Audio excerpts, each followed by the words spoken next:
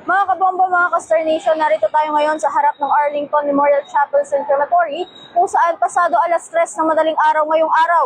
Dumating na nga dito sa naturang sementeryo ang mga labi ni dating Department of Public Works and Highways Undersecretary Maria Catalina Cabral. Ngunit batay nga doon sa naging pagtatanong natin sa mga security personnel dito sa lugar, mukhang itinatanggi nila na narito yung mga labi ng dating opisyal.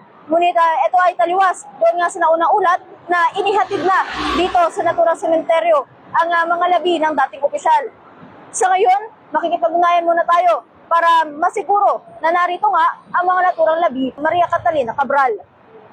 Samantala, batay naman sa pakikipag-ugnayan natin kay Philippine National Police Spokesperson at Public Information Office Chief Police Brigadier General Randall Tuanyo, wala pang inilalabas na official report o opisyal na ulat doon sa autopsy report ng dating opisyal.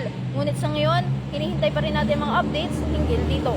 Yan muna mga updates mula dito sa Quezon City. Ito si Bombo Bea Pinizan, this is Bombo Radio Philippines, the #1 and most trusted source of news and information. Basta Radio, Bombo!